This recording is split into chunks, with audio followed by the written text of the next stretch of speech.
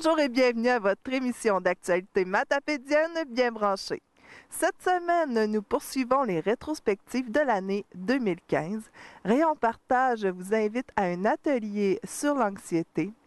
2 participants à Défier la vallée sont récompensés par un tirage qui est effectué chez Intersport. Nous rencontrons un champion canadien de catamaran F-18. Le club motoneige de la vallée nous dévoile sa programmation.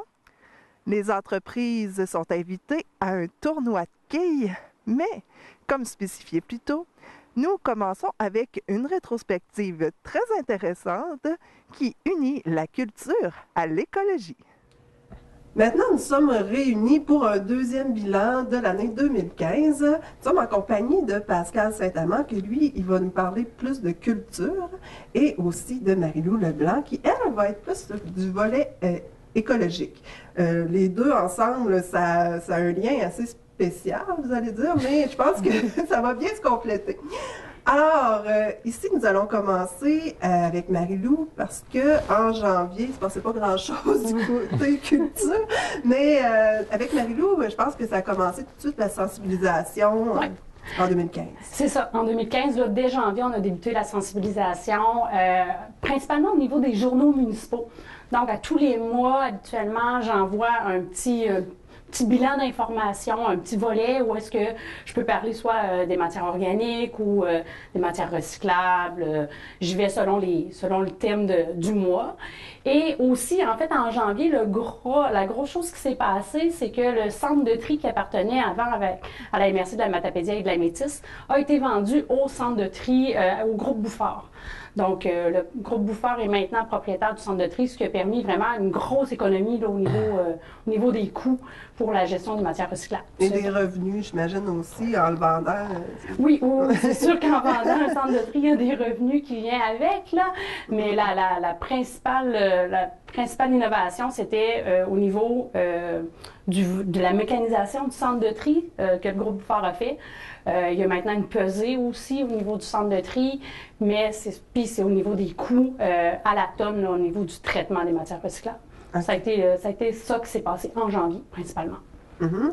Et puis, ici, c'est plus en avril, en culture, là, que ça a commencé vraiment. Oui, ben en fait, dans l'exercice de revue de l'année, on choisit de ressortir vraiment les grands moments, les grands événements culturels de 2015. Je sais pas qu'il s'est rien passé en janvier, février, mars.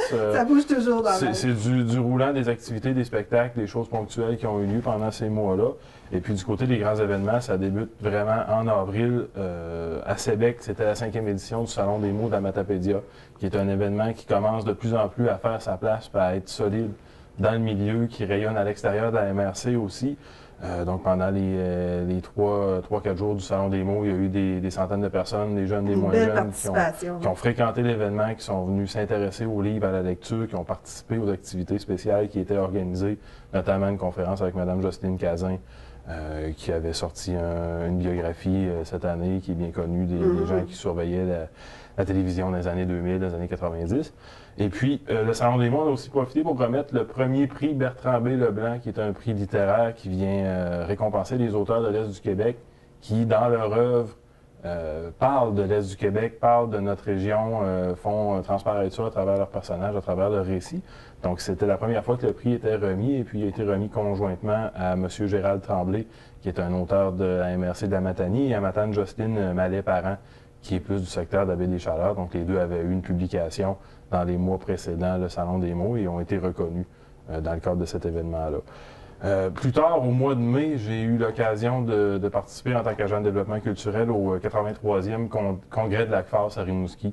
Le congrès de l'ACFAS réunit des scientifiques, des chercheurs, des étudiants universitaires, des gens de toutes sortes de milieux pour un paquet de colloques, de conférences qui se déroulent dans la même semaine. Celle à laquelle je participais visait à parler de l'impact de la culture sur le dynamisme régional, la rétention des jeunes, l'attraction de nouvelles familles. Et puis, ce que je t'avais présenté là-bas, c'est les volets culture, patrimoine et identité du projet d'Écoterritoire habité. Les gens qui surveillent un petit peu l'actualité ont eu l'occasion d'entendre parler d'Écoterritoire habité, qui est un grand projet de développement régional qui touche un paquet de domaines, de secteurs d'activité et qui touchent aussi la culture. Donc, je suis allé présenter ça dans le cadre du congrès de l'ACFAS. On a eu une belle réception, puis des beaux échanges avec les gens qui étaient là. Puis ça a permis de faire connaître un peu ce volet-là du grand projet d'éco-territoire. Plus tard, au mois de juin, plus on s'approchait de la saison touristique, plus on commençait à avoir certaines choses qui étaient annoncées. Les circuits culturels matapédiens sont revenus pour une 3e année. Donc, c'est un produit touristique que la MRC coordonne, qui est offert aux gens qui viennent visiter la région, puis aux gens de la Matapédia, pour leur permettre de découvrir la région sous divers aspects. Il y a un circuit agroalimentaire et transformation alimentaire, un circuit patrimoine bâti, un circuit des paysages, etc. Il y a 5 circuits au total. C'est accessible par un dépliant et par une application mobile. Oui, c'est très intéressant l'application mobile aussi. Là. Oui, donc c'est quelque chose qu'on a relancé pour une 3e année au mois de juin. Les gens qui travaillent en développement culturel à Sébec ont annoncé le lancement de la Caboose, un nouveau lieu de culture, de diffusion culturelle. Ça a très bien fonctionné, ça aussi. Qui est situé au sous-sol de la gare patrimoniale à Sébec. Donc, à partir de l'été, il y a eu plusieurs spectacles, plusieurs événements à cet endroit-là qui ont tous attiré beaucoup de gens de Sébec et de l'extérieur. Donc, c'est un beau plus pour la Matapédia que ce lieu-là soit né. En juin aussi, il y a eu l'inauguration du musée patrimonial de Saint-Cléophas, qui est un petit musée qui est dans l'ancienne école à Saint-Cléophas, qui vient un peu faire un portrait de l'histoire locale de la municipalité avec des photos anciennes, des objets anciens que les gens sont allés donner au musée. Donc, c'est vraiment, ça retrace toute l'histoire de la municipalité à Saint-Cléophas. Puis, au lancement, il y avait plusieurs dizaines de personnes qui se sont réunis. Puis, ce projet-là s'est concrétisé un peu dans la foulée des célébrations qu'il y avait eu ces dernières années autour de... Ça avait démarré un peu sur un anniversaire d'une école de Saint-Cléophas, qui avait réuni plein de gens, des anciens de la paroisse, puis qui sont des gens qui ont travaillé à cette organisation-là, ont mijoté le projet de musée et qui a été concrétisé en juin 2015. Et puis, en juin aussi, il y a eu l'ouverture de la... C'était pas l'ouverture de la maison de Dillon, la galerie d'art à Amkoui, mais c'était le premier été où la cachette d'Amkoui, qui vendait des produits des artisans de la Matapédia, était un peu fusionnée avec la maison de Dillon.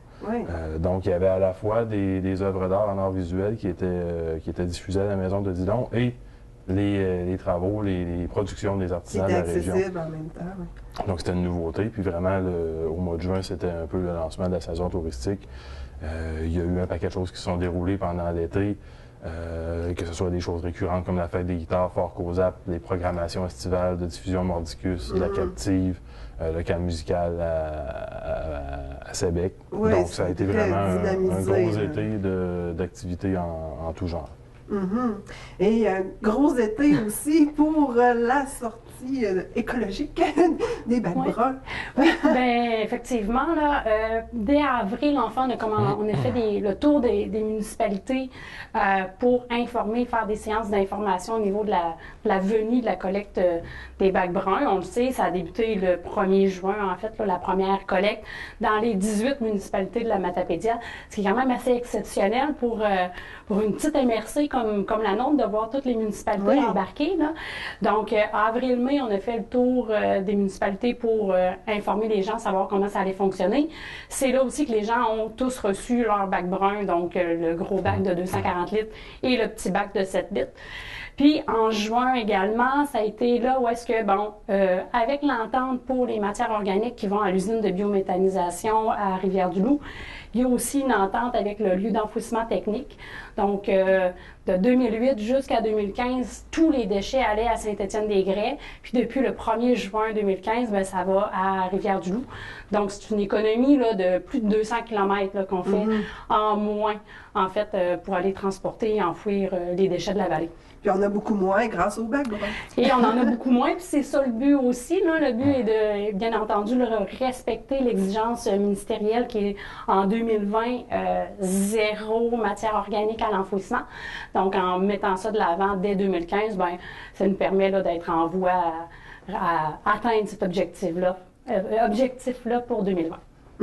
Et puis, il y avait d'autres choses qui, tout de suite après, c'était... Oui, dès septembre, en fait, là, on a ensuite, là, dans le fond, l'information, c'est beaucoup concentré en avril et en mai. Donc, en septembre, on a fait un rappel au niveau des matières organiques, qu'est-ce qui était accepté, qu'est-ce qui était refusé dans le fameux bac brun pour envoyer un encart aimanté. Donc, ça permettait aux gens de pouvoir mettre ça sur leur frigo, puis d'avoir toujours un rappel là, de qu'est-ce qu'on pouvait mettre, qu'est-ce qu'on ne peut pas mettre. Je le regarde souvent, personnellement.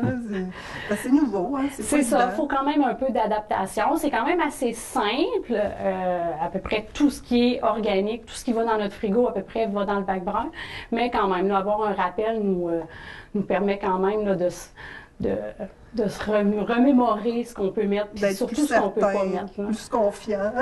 oui, tout à fait. Tout à fait. Et puis, en septembre, il y avait Louise Beaupré, 20 ans de pratique. Oui, en fait, il y a eu diverses choses au mois d'août, en septembre, suite à l'été animé qu'on a connu. Au mois d'août, la MRC de Matapédia a accueilli dans la région une équipe du laboratoire en archéologie et en patrimoine de l'UQAR pour une mission archéologique, notamment sur le site du Parc régional de la Seigneurie du lac Matapédia, sur le site de Milniquec, donc passé Routierville. Ces gens-là venaient poursuivre un projet qui avait été entamé par la MRC pour avoir le portrait du potentiel archéologique de la région et avaient à travailler sur des sites ciblés pour faire un peu parcourir le terrain pour aller valider cette étude-là. Ça a été une belle expérience pour nous, une belle expérience pour eux. Ils ont notamment trouvé, ça a été un peu la vedette de ce projet-là, la pointe de flèche en 3 morceaux, qui est une flèche amérindienne qu'ils ont découvert par hasard en parcourant. On a la preuve! On a la preuve qu'il y a eu de la fréquentation, qu'il y a du moins des gens qui ont parcouru la région à l'époque amérindienne. Et puis, ça a été un beau projet. Ils sont en train de produire le rapport, puis il y a des chances qu'on puisse faire encore du pouce là-dessus pour mettre en valeur le patrimoine archéologique de la région. Un petit clin d'œil au mois d'août encore, un spectacle de Émile Roussel Trio qui a eu lieu à la Captive. C'était organisé par le camp musical du lac Matapédia. Puis pour eux, cet été, une des nouveautés, c'était de sortir du site du camp musical pour offrir des spectacles, des concerts, pas seulement à Sébec, mais aussi à Valbriand et aussi dans ce cas-là à Amkoui. Donc le camp musical veut vraiment se tourner vers toute la MRC, se faire connaître, s'implanter à divers endroits. Oui, donc eux, ils avaient vraiment cette volonté-là cet été de sortir de leur site pour rayonner plus loin. En septembre, oui, Louise Beaupré, je trouvais que c'était un clin d'œil intéressant à faire, a souligné ses 20 ans de pratique artistique dans la Matapédia, à Sainte-Florence. Donc, c'est une artiste qui est bien implantée dans notre milieu, puis qui a une pratique à temps plein au niveau des arts visuels, au niveau des arts graphiques. C'est très rare dans la région. Je trouvais ça important de le souligner quand nos artistes, nos artisans ont des bons coups sur le long terme, sont présents, sont impliqués. Aussi, on sait la reconnaître. On veut le mentionner, donc je trouvais que c'était un clin d'œil intéressant à faire. En septembre, du côté de la MRC, on a lancé officiellement notre infolette culturelle. C'est quelque chose qui circulait déjà depuis quelques mois, qui était un peu broche à foin dans un courriel noir sur blanc avec pas de cadre intéressant. Beaucoup d'améliorations, vraiment. On lui a donné ses couleurs, son cadre, on l'a officialisé. Donc, c'est diffusé 2 fois par mois depuis septembre. Les gens peuvent aller s'abonner par l'entremise du site Internet de la MRC. C'est gratuit. Puis ça donne vraiment le portrait de tout ce qui bouge au niveau des arts et de la culture dans la région, que ce soit les bonnes nouvelles, les bons coups, un clin d'œil patrimoine, il y a un calendrier d'activités culturelles très complet qu'on met là-dedans. Donc, si les gens veulent rester au courant de ce qui bouge à ce niveau-là, on peut s'abonner à l'infolette. C'est gratuit, c'est là pour vous. Et puis toujours en septembre, la tradition des Journées de la culture, fin septembre, c'est revenu encore en 2015, évidemment. Il y avait des activités du côté de Sainte-Florence, du côté de la Côte-Saumon, Amkoui, Sébec. La vallée est vraiment bien.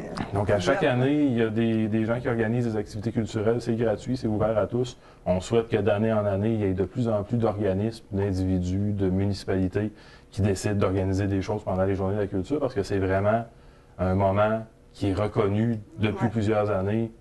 Donc, les gens les connaissent, les Journées de la culture, attendent, surveillent la programmation. Donc, c'est une belle opportunité de faire des choses en s'assurant qu'il va y avoir une certaine visibilité pour nos activités. Plus tard dans l'été, ou cet automne, les travaux pour l'Agora Amkoui ont débuté. C'est un projet qui était dans l'air depuis plusieurs mois, voire depuis plusieurs années. La concrétisation de ce projet-là est sur le point de se faire. En fait, les lancements vont être faits en 2016, mais les travaux ont vraiment débuté en octobre. C'est une structure qui prend forme tranquillement dans le parc Pierre-Maurice-Gagné. Puis ça risque d'être un ajout intéressant pour la vitalité culturelle puis pour la diffusion culturelle à l'échelle de toute la MRC. Beaucoup de projets, je pense, qui sont déjà en route. Donc ça va être à surveiller pour l'été 2016. En novembre, il y a 2 événements récurrents importants qui reviennent à chaque mois de novembre, qui sont revenus encore en 2015. Le Salon des artistes et des artisans de la Matapédia, qui encore cette année a accueilli au-dessus d'une trentaine d'exposants, a accueilli plus de 1000 visiteurs qui sont venus de plus en plus populaire, je crois. C'est assez populaire, puis il y a des nouveaux visages qu'on voit venir au Salon des artisans d'année en année. On essaye d'offrir parallèlement aux exposants des activités familiales pour attirer les familles, attirer les jeunes parents à venir fréquenter le salon pour découvrir le travail des exposants. Donc c'est quelque chose qui fait son œuvre d'édition en édition. Il y a eu encore une fois cette année le Gala Arcoumédia qui revenait dans sa nouvelle formule à la salle Jean Cossette avec un cocktail, avec l'exposition en art visuel et le gala. Nouvelle formule, très appréciée. Qui vient un peu prendre le relais de la formule précédente qui a connu du succès pendant plusieurs années, qui a été rafraîchie par le comité organisateur. Donc, il y a eu plus d'une dizaine d'artistes qui ont été reconnus dans le cadre de cet événement-là. Et un petit clin d'œil au mercredi de l'oratoire qui se sont vus décerner le prix Coup de chapeau, qui n'est pas remis nécessairement à toutes les éditions, qui vient souligner quelque chose de particulier, un accomplissement particulier. Donc, dans le cas des mercredis de l'oratoire, c'était en 2015 leur 18e saison. Valmont puis Micheline, qui sont les promoteurs de cet événement-là depuis le début, sont en train de céder la main à Francis Saint-Laurent puis au reste de l'équipe des mercredis d'oratoire. Donc, ça a été souligné pendant le Gala Arcoumédia. Et en novembre, un autre événement particulier qui s'est déroulé, la ville de Causapscal a adopté un règlement municipal qui vient donner un statut officiel patrimonial à la pratique de la pêche au saumon. Donc, la pratique de la pêche au saumon sur la rivière Matapédia à Causapscal fait partie du patrimoine vivant, du patrimoine immatériel de la municipalité. Et puis, Causapscal devenait la première municipalité dans l'Est du Québec, la deuxième au Québec, à donner un statut légal à cet élément patrimonial-là. C'est quelque chose qui permet de remobiliser le milieu là-bas, que ce soit les gens du site Matamaja, les gens de la Commission de développement, de la municipalité, de la CGRMP.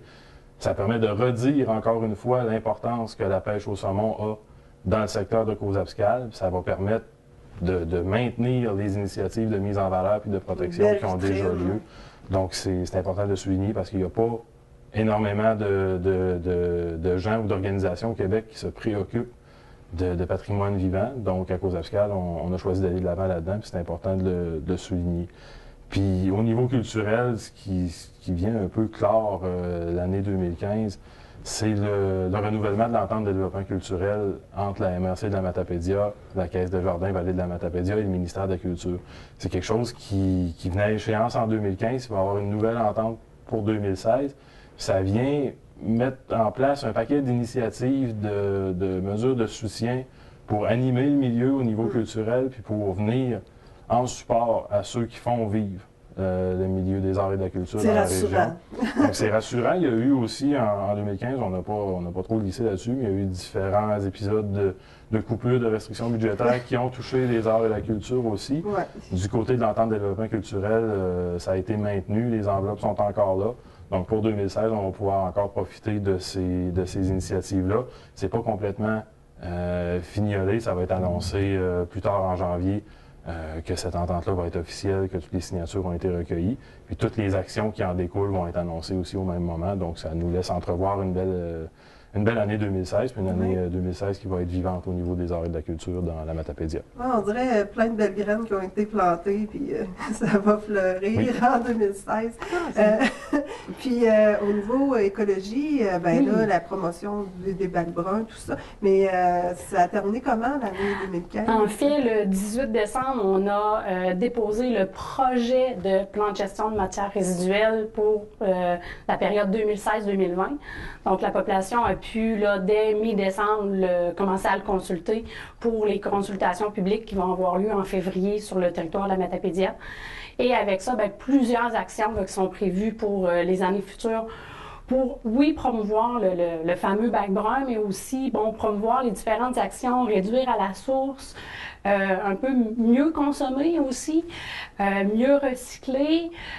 Donc, tous les volets de la gestion des matières résiduelles vont avoir été mises de l'avant, puis il va y avoir des actions qui vont être prévues là, pour chacune de ces matières-là pour essayer de promouvoir les différentes actions, puis promouvoir aussi les services comme l'écocentre, les 3 écocentres qu'on a dans la vallée, la ressourcerie maintenant qui était avant à l'aise, qui offre de beaux services pour faire une meilleure gestion de nos matières résiduelles, finalement, là, les friperies aussi qu'on a sur les territoires, toutes des belles actions qui permettent au final, avec les 18 municipalités, de faire en sorte qu'on enfouisse moins, on recycle mieux et qu'on fasse une meilleure gestion puis une gestion plus responsable de nos matières. Souvent, on pense tout savoir à ce niveau-là. On se dit « Ah, ça fait longtemps que j'entends parler de ça, le recyclage, tout ça. » C'est facile. Oui, c'est ça, mais chaque fois que je t'écoute, j'en ai Puis en vous écoutant tous les deux, je pense que l'avenir en 2016, c'est quand même prometteur. Y a-t-il des choses en 2016 qu'on pourrait avoir un petit peu là, les puces à l'oreille à surveiller?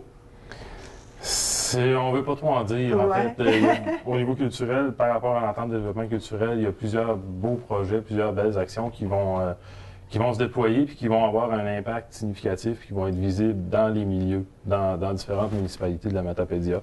Donc, ça va être à surveiller, puis on va avoir besoin, pour certaines de ces actions-là, d'un appui dans le milieu. Donc, on va avoir besoin que des organismes, des municipalités ou des entreprises dans les milieux se mobilisent puis lèvent la main pour dire oui, nous autres, dans cette action-là, on veut participer, on veut profiter de ce que vous nous offrez. Donc, ça va être vraiment à surveiller. J'invite déjà les gens qui gravitent autour de ces organismes de développement-là, autour des municipalités, à se préparer et à surveiller ce qu'on va annoncer parce que c'est pour eux que ces actions-là sont mises en place puis on veut que ce soit eux qui en profitent puis on ne veut pas débarquer avec ça puis leur vider ça dessus. On veut que ce soit eux qui acceptent qu'on vienne mettre en place ces choses-là dans les milieux. Donc, ça va être à surveiller. Puis, d'ailleurs, si j'ai oublié des choses dans ma revue de l'année en 2015, c'est bien involontaire. Il y a des choses qui se sont déroulées à tout moment, des petites, des grandes initiatives. Que ces gens-là qui surveillent votre émission attentivement m'en excusent et me pardonnent ces oublis-là. Puis, s'ils veulent communiquer avec toi, c'est toujours le même numéro à l'intérieur. Oui, j'accepterai avec plaisir de jaser avec eux puis de faire le point sur ce que j'ai pu oublier pendant ma revue de l'année. Et des projets futurs, oui, absolument. ça serait encore mieux. On est à l'aise avec ça. Oui. Et puis, Marie-Lou, on peut toujours te joindre toi aussi. Oui, à la MRC, toujours au 629-2053, là, même numéro de téléphone. Puis pour 2016, il y a le projet avec la télévision communautaire qu'on va pouvoir mettre de l'avant, là. Donc, avec les capsules et les émissions vraiment qui vont concerner la gestion des matières résiduelles. On a bien hâte de montrer ça. Oui, c'est un beau projet, c'était le fun. Puis, à l'été 2016 aussi, là, on va pouvoir là, revenir avec une brigade verte ou une patrouille verte. Là, j'ai pas encore décidé comment on allait l'appeler, pour être en mesure d'aller visiter les citoyens puis de répondre à leurs questions, là, vraiment pour répondre aux questions des citoyens avec le bac. Donc, ça va être, ils vont pouvoir là, faire de la petite sensibilisation dans les différentes municipalités du territoire. S'il y a des petits hommes verts dans notre coin, c'est normal. Oui, ils vont peut-être être bleus aussi, on ne le sait pas. On va voir. Alors, merci à vous deux, puis une bonne année 2016. Merci. Comme promis, nous avons invité les maires de vos municipalités respectives pour faire leur propre revue de l'année 2015. Voici d'abord M. Daniel Dumais de Saint-Léon-le-Grand. On va parler de ce qui s'est passé en 2015 à Saint-Léon. Ça a été encore une bonne année. D'abord, vous avez renouvelé tout votre personnel pour l'administration. Oh, c'était une très bonne année. Au début de l'année, on a fait un changement de personnel administratif. Une nouvelle secrétaire adjointe, puis une nouvelle directrice générale. Okay. C'est du bon personnel. Ça fait une équipe... Ça fait une très bonne équipe, ils sont bien compétents. Donc, on invite la population à aller les rencontrer. Il y a eu aussi l'achat de la caisse populaire pour faire le bureau municipal. Ça, en plus de changer l'équipe, on change le bâtiment. Oui. L'achat de la caisse populaire, ça a pris un an et quart à négocier avec les caisses populaires. Donc, on a acheté la caisse populaire, puis on a loué une partie à la caisse populaire. La caisse, elle reste là actuellement. Okay. C'est que les citoyens sont très contents parce qu'ils n'ont pas perdu leur fiducie. Puis nous autres, c'est des bureaux là, qui sont adéquats. Bon, Donc, on a, meilleur des mondes. Hein? Meilleur des mondes. Ensuite de ça, il y a eu le garage municipal. Il y a eu des changements encore à ce niveau-là. Oui, le garage municipal, l'ancien garage, il n'y avait pas de chauffeur. On a négocié les assurances. On a eu 245 000 pour ce garage-là. On l'a démoli puis on l'a rebâti la cocotte en 2014. L'an 2015, à la fin 2015, là, on termine le garage municipal. Puis ce qui est bien le fun, c'est qu'on termine sans avoir d'emprunt. Oui, ça, c'est exceptionnel, là, pour une petite municipalité comme Saint-Léon, quand même. Là, il a fallu gratter. Oui. On est en très bonne situation financière. Oui, une bonne gestion. Une bonne gestion. On a pu se permettre de payer tout ce qui concerne le garage municipal. Mm-hmm. Et puis, en plus de ça, il y a eu la patinoire, un autre dossier que vous avez travaillé. Oui, la patinoire, on l'a refait au complet. Les bandes de patinoire, les filets, l'éclairage, tout est fait. Ceux qui jouent au hockey, ceux qui font du patinage sont très contents du résultat. Mm-hmm. Parce qu'avant ça, nos lumières n'étaient pas tellement fortes. Et là, c'est bien éclairé, les gens sont en sécurité. Bon, c'est le fun dans ce temps-là. Puis, en plus, il y a eu un gros travail qui s'est fait avec l'AMADA pour un parc intergénérationnel. Oui, on est toujours en négociation avec l'AMADA.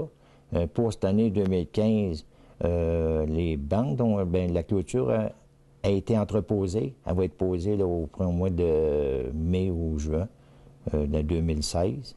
Puis on est toujours en négociation d'année en année avec l'AMADA parce que ça prend toujours un investissement. Mm-hmm.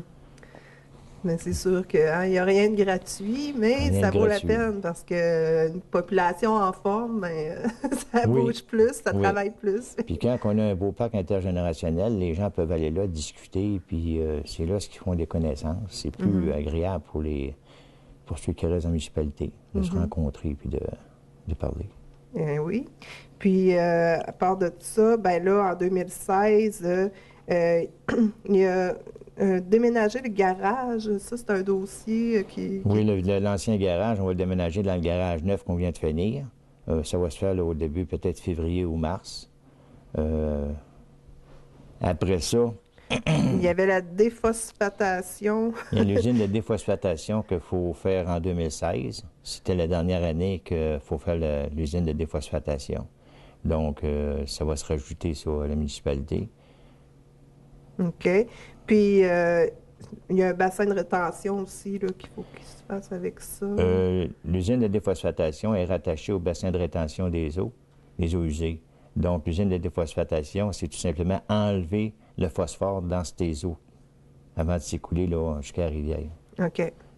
Puis, il y a... Bien, c'est pas fait d'asphalte parce que là, il y avait d'autres dossiers prioritaires en 2015, mais là, en 2016, là, il va en avoir. En 2016, on veut mettre de l'asphalte, on veut mettre beaucoup de gravier dans les rangs parce qu'avec toute l'érosion, c'est nécessairement qu'ils se forment des trous. Puis c'est notre but pour 2016. Il va peut-être se rajouter d'autres choses en 2016 au cours de l'année. Ça, c'est certain. Il se rajoute toujours des petits, des petits défis. Ben oui. Puis là, ben ça dépend de la taxe sur l'essence, là. Vous avez de l'argent qui... Le garage municipal, on a pris une partie de la taxe d'essence, Puis en 2016, la taxe d'essence, ça va servir à l'usine de déphosphatation. C'est sûr que l'usine de déphosphatation, ça va coûter aux alentours de 230 000. Donc, c'est la taxe sur l'essence qui va payer le montant. Vous avez des priorités obligatoires là, Il y a des priorités obligatoires, comme premièrement, c'est les égouts.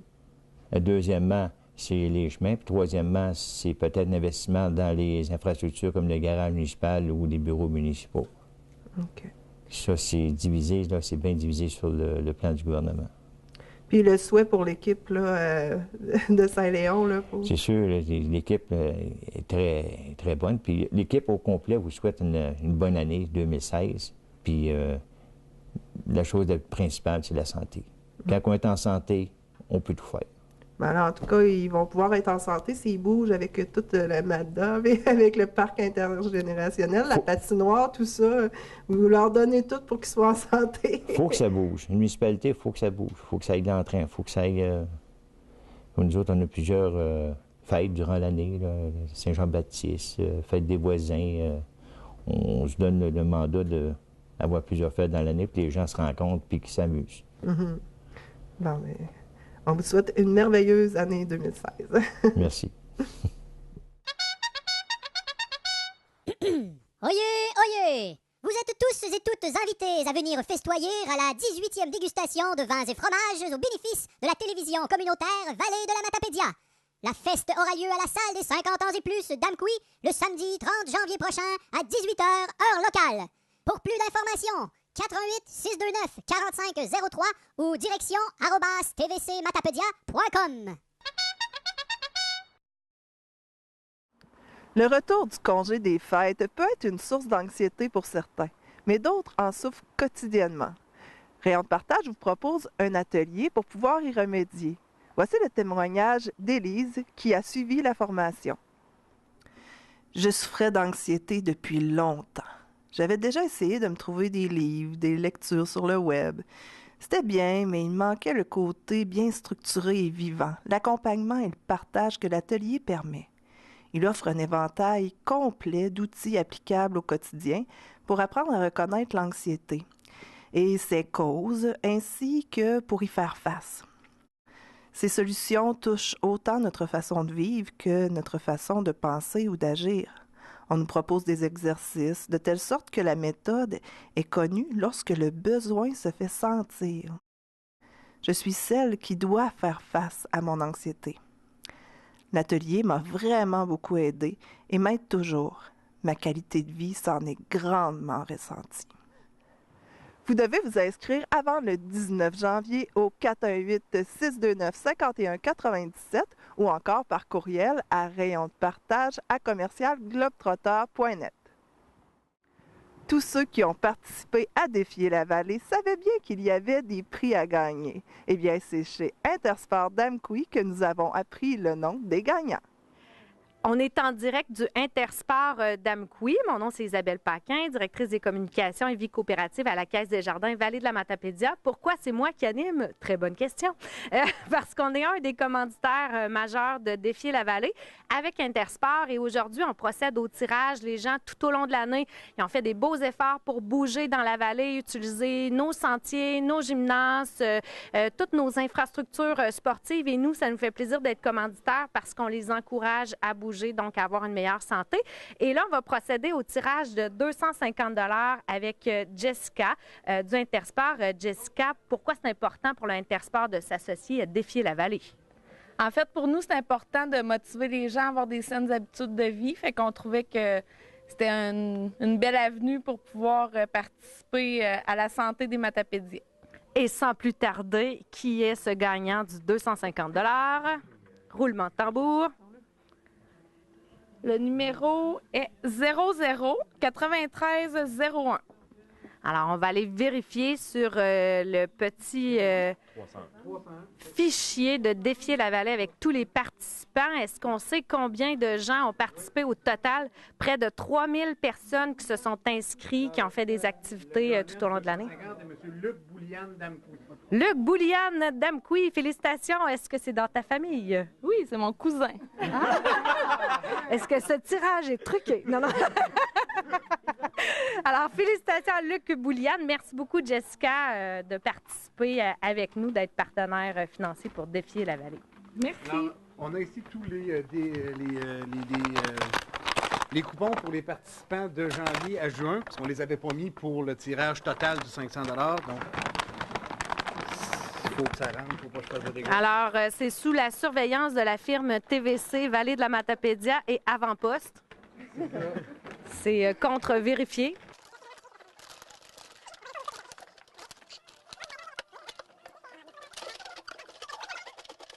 Je veux juste remercier les membres de la Caisse des Jardins Vallée de la Matapédia parce que sans vous, on ne pourrait pas redistribuer des sous dans la communauté. Donc, je vous remercie d'avoir participé à Défier la Vallée et de faire affaire chez nous pour qu'on puisse redistribuer des sous dans la communauté. Et je vais procéder au tirage. Jessie, est-ce que c'est prêt? Je vais fermer mes yeux pour plus de plaisir. Après la photo, attends, ça sera pas là, ça pause. J'adore les tirages. Alors, c'est le 009315. Est-ce que ce sera un membre de ma famille? 315. 2 gagnants de descente. 315, la personne est Jacob Viel d'Amqui. Jacob Viel d'Amqui, aucun lien de parenté. Youhou! Défier la vallée, ça a encore attiré beaucoup de personnes qui ont participé, mais ça demande la collaboration de beaucoup d'organismes. Peux-tu m'en parler un peu? Oui, en effet, Défier la vallée, c'est une action qui a beaucoup de partenaires qui travaillent pour la planification. C'est une planification mensuelle, donc ça demande une planification qui commence avant l'année, bien sûr. Donc, c'est des partenaires financiers et des partenaires aussi dans l'action. Donc, on parle du Centre intégré santé-services sociaux, communément appelé le 6 du Bas-Saint-Laurent, installation de la Matapédia. On a également la ville d'Amqui, la ville de Causapscal, la municipalité de Sébec, le CAMEF, le comité d'action Matapédia en forme, ainsi que le CLD de la Matapédia qui est maintenant rendu au niveau de la MRC. Et y a-t-il d'autres partenaires que j'oublie? Je ne crois pas. Donc, c'est pas mal ça et on est très content de cette collaboration entre les nombreux partenaires ainsi que nos commanditaires qui sont bien sûr la Caisse des Jardins Vallée de la Matapédia et Intersport Amqui qu'on remercie encore une fois. On est très contents. Si vous voulez défier la vallée, vous aussi, rendez-vous sur la page Facebook Défier la vallée pour avoir tous les renseignements. Peut-être qu'à force de vous exercer, vous deviendrez vous aussi un champion canadien, tout comme Dominique Robichaud, qui a su le devenir en menant de main de maître un catamaran, en compagnie de son coéquipier Louis-Philippe Étier, qu'il tient à remercier grandement. Nous avons maintenant la chance de rencontrer Dominique Robichaud chez lui, qui a remporté ce magnifique trophée. C'est un champion canadien en voile et nous vous le présentons. Dominique, quand ça a commencé pour toi l'amour pour la voile? Ah, la voile, j'ai découvert ça ici dans la Matapédia il y a près d'une trentaine d'années maintenant. Quand je suis arrivé ici, je ne connaissais pas ça du tout. Puis avec le lac, il y avait un petit club de voile à l'époque. Donc j'ai commencé avec des petits voiliers qu'on louait au club de voile. Et ensuite, passé à la formule catamaran, qui est le bateau que je cours depuis maintenant de nombreuses années. Donc c'est vraiment ici là, que j'ai découvert la voile sur l'eau, à tout le moins. Combien de compétitions que tu as à ton actif jusqu'à présent? Ah, malheureusement, je ne les ai pas toutes comptées. Ça fait de nombreuses années. J'ai pratiquement commencé, quand j'ai commencé la voile, on s'est mis tout de suite à faire la compétition régionale. À Carleton, à l'époque, il y avait des gros festivals de courses, de voile. On a organisé plusieurs régates ici sur le lac aussi. Ensuite, on s'est déplacé un peu partout au Québec, au lac Champlain, au lac de Montagne, où est-ce qu'il y a des compétitions de catamaran depuis plusieurs années. Donc, chaque année, on participait à peu près à toutes les compétitions qui pouvaient se dérouler au Québec. Par la suite, un peu plus loin, en Ontario, aux États-Unis, championnat national, championnat nord-américain. Donc, on a fait un peu de tous les genres. Puis, comment qu'on peut savoir qu'on est rendu à un niveau de compétition? Il faut beaucoup d'années de pratique là, à s'amuser d'abord, parce que la voile, c'est avant tout un sport pour s'amuser. Et quand on aime challenger un peu les autres bateaux, parce que la voile, c'est pas comme un sport motorisé, donc c'est vraiment le vent qui nous propulse, donc c'est la connaissance du bateau, la connaissance du vent, l'interaction avec les vagues. Le catamaran, c'est un sport d'équipage, donc c'est intéressant de courir, on est deux. Donc, il y a beaucoup de coordination avec l'équipier. Donc, j'ai couru avec ma conjointe les premières années, ensuite avec des amis, et depuis 7-8 ans avec ma fille, maintenant qui est mon équipière. Donc, c'est une occasion de se rejoindre parce qu'elle demeure à l'extérieur. Donc, dans les fins de semaine de course, on s'active ensemble puis on obtient des bons résultats depuis quelques années. Comment qu'on arrive à avoir une belle communication avec son coéquipier? Ah, c'est les années. Et c'est pas les heures, c'est vraiment les années de pratique, là, parce que la voile, c'est très technique. Juste pour naviguer, c'est technique. Pour faire la compétition, encore plus. Donc, il y a plusieurs aspects de la compétition qui demandent beaucoup de coordination, à la fois les départs, les ajustements des voiles pendant la course, les options tactiques sur le plan d'eau en fonction de la position de la flotte par rapport au site de course, la direction des vents, d'où on doit anticiper un peu comment les vents vont se déplacer pendant la compétition. Donc, c'est plusieurs éléments qui font qu'on réussit ou non.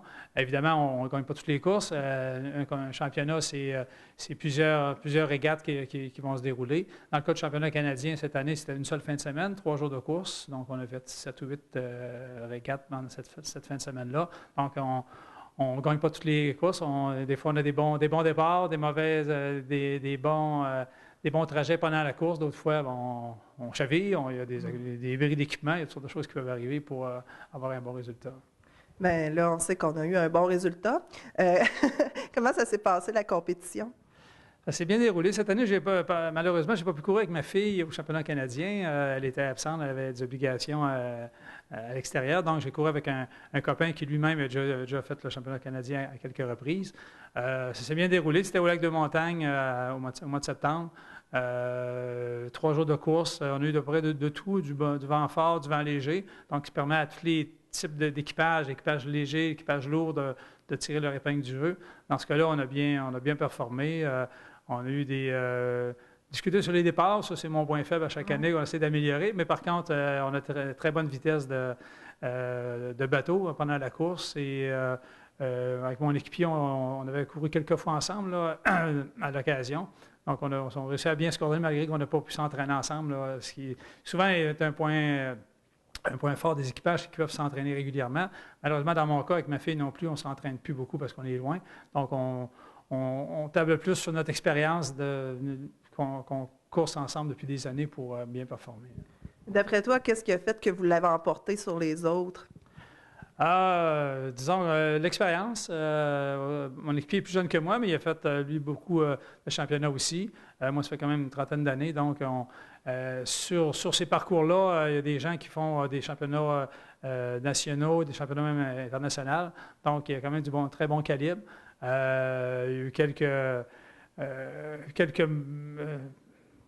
disons, pas des erreurs, mais des mauvaises décisions des autres coureurs aussi, qui a fait qu'on a pu se faufiler des fois en 2 coureurs. Mais on a eu une très bonne coordination. C'est beaucoup de communication constamment sur le bateau. Il y en a un qui s'occupe des achemins des voiles, l'autre s'occupe du plan d'eau, savoir où sont les autres coureurs, où est-ce qu'on se positionne. Il y a beaucoup de choix tactiques. Et puis là-dessus, c'est très bien coordonné pour une équipe qui n'ont pratiquement jamais couru ensemble. Et maintenant, la réception du trophée, qu'est-ce que ça fait quand on voit ça? Bien, c'est fait un petit velours, là. Ça fait quand même près de 30 ans que je fais la compétition. C'est la première fois que je gagne le championnat canadien. Cette année, il y avait des très bons équipages qui participaient, donc ce n'était pas gagné d'avance, loin de là. Et puis, ça reste toujours un bon groupe de copains, là, des gens qui ont fait de la voile ensemble depuis des années. Donc, une année, c'est une année, c'est l'autre. Cette année, c'était à mon tour. On était bien contents de rapporter ça dans la Matapédia. C'est pour ça qu'on était un petit peu retardé sur les résultats parce qu'on n'a pas réussi à avoir le trophée immédiatement lors de la remise des prix. C'est fait maintenant. Mm-hmm. Et puis, quelqu'un qui serait intéressé à commencer à faire de la voile, est-ce que c'est un bon terrain de jeu, le lac Matapédia, pour pouvoir développer là, ce talent-là? Absolument. On a eu pendant de nombreuses années une belle flotte de catamarans ici. Maintenant, il y en a moins. Il y a quand même plusieurs voiliers, quelques catamarans. C'est un très bon lac pour ça, une grande dimension. Les vents d'été sont bons aussi. La voile peut passer à autre chose depuis quelques années. Il y a eu moins d'engouement pour le catamaran. Maintenant, le planche à voile, ensuite le kite qui a pris un peu d'essor. Mais reste qu'ici, c'est une belle place pour le faire. On voit depuis une couple d'années là, des gens qui veulent revenir à ça parce que c'est un sport d'équipe, donc c'est intéressant. Normalement, pour les couples, il se fait des bateaux un peu moins gros que ce que nous, on utilise, mais qui sont très intéressants pour faire de la voile en couple. Et puis, la marina ça te prête bien pour ça. On a un camping à Val-Briand pour permettre de passer des fins de semaine de catamaran. C'est vraiment un très beau coin. J'encourage les gens à venir à Val-Briand pour voir ça. Il y a eu des années, on avait jusqu'à une douzaine de catamarans à la marina. Donc, c'est quand même c'est une place qui est pleine de potentiel pour continuer à faire de la voile. Un sport écolo en plus. Et puis, si quelqu'un aimerait avoir plus d'informations, est-ce qu'il peut te rejoindre? Oui, on peut me contacter. Mes coordonnées vont apparaître à l'écran. Et puis sinon, par la marina, à tous les étés, les gens de la marina donnent l'information pour ceux qui veulent faire de la voile à Val-Briand. Alors, toutes mes félicitations encore. On peut être très fiers d'avoir un champion ici dans la Matapédia. Je te remercie beaucoup. Dominique Robichaud avait le vent dans les voiles. Et voici le président du club de motoneige qui, lui, a bravé le vent pour venir nous dévoiler la programmation du club de motoneige de la Vallée. Monsieur Bérubé, ça commence à être la saison de parler des motoneiges, du club de motoneige. Qu'est-ce qui se passe de bon cette année de nouveau? Bien, de nouveau, on n'a pas vraiment grand-chose de nouveau. C'est du pareil d'une année à l'autre, là. Mais cette année, là, on a un petit redout de température, mais ça fait rien. Nos sentiers sont quand même beaux. Sont toutes, cette année, avec la neige qu'on a eue, là, ils sont tous damés. Là. Tout ce qu'on a de kilométrage de sentiers, ça a tout été damé là, de A à Z, là, présentement. Là. Combien qu'on compte d'amateurs là, cette année? Bien, cette année, ça a diminué un petit peu. Pour la simple raison, c'est qu'on n'avait pas de neige avant les fêtes. On a notre prévente là, de cartes de sentier, si on peut dire, là, au 9 décembre. Généralement, quand il y a de la neige, avant la date butoir, là, c'est là qu'on a notre plus gros membership. Cette année, il n'y avait pas de neige au 9 décembre. La neige est arrivée juste avant Noël. Ça a fait qu'on avait comme 100 membres de moins cette année à la même date. Là. Mais c'est ce qui fait qu'on était à rechercher peut-être bien 25 peut-être bien une quarantaine de plus. Après, si on peut dire la date, là, mais on ne pense pas d'aller chercher la quantité de membres qu'on avait comme l'année passée. Là. Parce que l'année passée, on avait quand même au moins 550 membres, là, aux alentours de ça. Il y a peut-être la raison aussi du prix de l'essence là, qui... Non, si le prix de l'essence, là, si on en garde à chaque année, ça se maintient quand même bien. On a déjà vu des saisons que le prix de l'essence était à 1,40 puis 1,50 $. Là, on a déjà eu une saison comme ça, là, mais c'est pas la raison vraiment majeure, le prix de l'essence. C'est le fait que quand il n'y a pas de neige, le monde ne sont pas dedans. Ils sont pas dans le bille de la motoneige, là, si on peut dire. Là. Pour les cadeaux de Noël, on y pense pas. C'est à peu près ça. Puis là, il y a des activités qui s'en viennent prochainement? Oui, le 14 en fin de semaine, on a notre rallye poker. Il ne faut surtout pas manquer ça. On fait un circuit sur nos sentiers à nous autres. Il y a des endroits où vous allez jouer au poker avant de vous déplacer? C'est ça. D'une certaine façon, c'est pas mal ça. On part dans Mkoui avec des cartes, des cartes de jeu de cartes. Puis on a différentes places qu'on arrête. On va se prendre une carte de différentes places prédéterminées. Puis à la fin, quand on arrive à la dernière place à la fin, toutes les cartes sont ouvertes, sorties des enveloppes. Puis le meilleur jeu, ben il y a des prix, il y a 3 prix. Les 3 prix en argent, les 3 premiers meilleurs jeux, là, on leur donne des prix. Ça, j'imagine que les inscriptions sont pas mal finies déjà? Non. L'inscription se fait à la cantine Fortier la journée qu'on part. Ça se trouve être tout en fin de semaine. Je ne me souviens plus si c'est samedi ou dimanche. Là. Et puis, l'inscription se fait à la cantine Fortier. On vous donne tous les détails là. On vous remet la carte là. Après ça, vous prenez le temps que vous voulez, en autant que vous arrivez au dernier relais qui va être indiqué sur votre itinéraire. Vous arrivez là pour l'heure du souper. Il va y avoir l'heure d'indiquer sur l'itinéraire. Puis en autant que vous arrivez là à cette heure-là, ça va être parfait. Ah ben c'est génial, une belle activité pour pouvoir connaître les autres membres. Ben, ça semblait ça. Puis il va y avoir aussi une activité à Pente-à-Brut. Oui, le 14 février, on a notre déjeuner familial, dîner familial là, à la Pente-à-Brut. Là, ça c'est une autre activité qu'on organise à tous les ans là, pour, dans le fond, emmener tout le monde ensemble puis fraterniser, comme on dit. Puis il va y avoir encore une autre activité après ça au mois de mars. C'est en plein ça, au mois de mars, on a notre party d'hot dog annuel. Assez original en plein hiver, party hot dog. Mais c'est pour ça qu'on le fait le 20 mars. Là. On espère cette année, avec la température qu'on a, pour moi, il va faire... j'espère qu'il va rester de la neige. Cette année, comme l'an passé, on le fait au Parc Maurice-Gagné, en arrière où c'est en arrière de l'Hôtel Gagnon. Là. On fait ça là pour aller chercher le plus de monde possible, pour amener le plus de monde possible à venir fêter un peu la fin de l'hiver. Si on peut dire, on est quasiment à la fin de l'hiver, mais venir fêter avec nous autres, c'est une activité qu'on organise pour sociabiliser avec tout le monde. Là. Est-ce que tout le monde est invité ou c'est juste le club? C'est pour ça qu'on fait ça là. Tout le monde est invité. Les hot dogs sont pas chers. Tout est pas cher. On vient pour avoir du fun, il va y avoir de la musique. Puis on devrait avoir, surtout cette année, je pense qu'ils ont fini l'Agora, là. Tout va être là. Ça va être merveilleux cette année. Wow! Ben en tout cas, ça part bien. Puis bien contente de savoir que ça fonctionne toujours bien pour le club de motoneige. Alors, nous autres et tout, on s'organise et ça fonctionne bien. Hein? On a des membres. On a la priorité, nous autres, au club de motoneige La Vallée, c'est de donner le service aux membres. Les membres, ils achètent une carte de membre à tous les ans. C'est pour faire de la motoneige, dans des beaux sentiers. Puis ce qui est important pour nous autres, c'est ça. C'est de donner le service aux membres, donner des beaux sentiers aux membres. C'est ça qui est important pour nous autres. Puis vous le faites. C'est en plein ça. On s'organise. C'est pas toujours évident, mais on s'organise pour que ça fonctionne. Si on veut s'inscrire, si on veut devenir membre, les coordonnées, c'est toujours les mêmes? Oui. Vous appelez soit au club de motoneige Vallée au 629-4945. On a notre secrétaire qui est là. Elle va vous donner les coordonnées. Les cartes de membre, il y en a en vente chez tous les concessionnaires à Amkoui. Vous voulez avoir une carte de membre, vous pouvez aller là. Il n'y a aucun problème.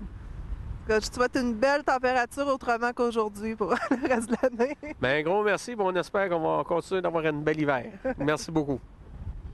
Avertissement. La télévision communautaire Vallée de la Matapédia souligne cette année la 18e édition de sa traditionnelle dégustation de vins et fromages. À 18 ans, on devient un adulte. Le contenu présenté s'adressera donc aux adultes de 18 ans et plus. Qu'est-ce que tu fais là? Tu vas pas te coucher. C'est pour le travail à maman. Pour réserver vos billets, 629-4503. Nous sommes présentement à Quai Vallée pour vous annoncer que le tournoi des entreprises est de retour cette année. Monsieur Dufour, le tournoi des entreprises est de retour cette année. Ça fait combien d'années que ça existe? C'est notre 4e édition. La salle de quai a ouvert le 11 décembre. On a fêté notre 4e anniversaire aussi le 11 décembre. Puis c'est la 4e édition aussi de tournoi des entreprises. Puis ça, je pense que c'est très populaire, hein? Oui, c'est très populaire. L'année passée, on a eu 48 équipes de 4 joueurs. Puis on l'a fait l'année passée sur une fin de semaine, le samedi et le dimanche. Et cette année, on pense d'être capable de monter, en tout cas, on a un objectif de 60 équipes. Ça fait qu'on le fait sur 2 fins de semaine, le samedi le 23, samedi le 30 et dimanche le 31. Puis, comment ça fonctionne exactement? Il faut s'inscrire à l'avance? Il faut rassembler combien de personnes pour former une équipe? Comment ça fonctionne? Bon, c'est des équipes de 4. Nous autres, on demande aux entreprises de former les équipes avec leur personnel. Le coût, c'est 100 $ par équipe. Ensuite, pour chaque entreprise, on leur offre la visibilité de l'aide de remerciement dans l'avant-poste. Lors de nos tournois, chaque équipe est visible sur le dossier de chaque année. Ensuite, on leur donne 10 parties de quai gratuites à chaque entreprise.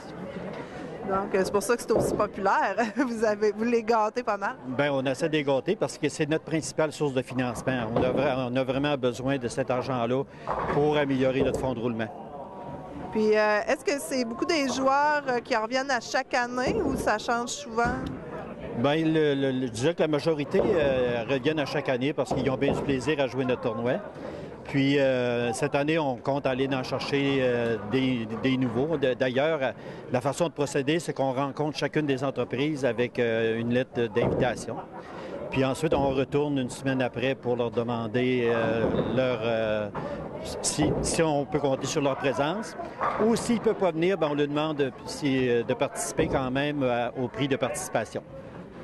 Puis, il y en a qui doivent se dire « Ouais, mais là, je suis pas un champion des quais. » C'est quoi le niveau, là, ici, qu'il y a? Oh, il n'y a aucun niveau. Là. On joue 4 parties, 9 égales là-bas, puis c'est vraiment du plaisir assuré. Parce que, puis, il y a des personnes qui n'avaient jamais joué, qui ont pris le goût à venir de temps en temps, même s'ils ne font pas partie des ligues, à ce tournoi-là. Alors, comment qu'on fait pour s'inscrire? On vous appelle directement? On appelle directement à Quai Vallée, 631-1413, ou par fax, 631-1419. Puis ça nous fera plaisir d'accueillir tout le monde. On a vraiment besoin de cet argent-là pour fonctionner. Ils ont jusqu'à quelle date pour le faire? Bon, idéalement, là, le plus vite possible, là, mais c'est sûr que nous autres, avant le 28 ou le 29 de janvier, là, parce que notre fin de semaine, notre grosse fin de semaine, c'est le 30 et 31. Parfait, merci beaucoup. Ça me fait plaisir. C'est ce qui conclut l'émission cette semaine. Il est encore temps de vous procurer des billets pour notre vin et fromage qui aura lieu au Club des 50 ans et plus à Amqui. Ce sera le 30 janvier à 18h. Et évidemment, je serai présente et j'ai bien hâte de voir vos réactions face à nos vidéos cocasses qui vous seront présentées. Vous pouvez réserver vos billets au 418-629-4503. C'est le même numéro aussi pour nous faire part de vos idées ou commentaires ou encore des idées d'entrevue pour le bien branché. Faites-le au 418-629-4503 et demandez Nathalie. Vous pouvez aussi visionner toutes nos émissions via notre site web au tvcmatapedia.com. Sur ce, je vous souhaite une excellente semaine et à la semaine prochaine. Informatique Bar-Est assure l'entretien du parc informatique de votre TVC. Informatique Bar-Est offre un service informatique résidentiel, commercial et industriel.